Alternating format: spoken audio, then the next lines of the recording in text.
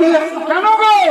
যেখানে ৮০-৮৪ কোটি বৃন্দাবনের কেন বা যমুনা নদীতে মিলন হলো? কেন গো?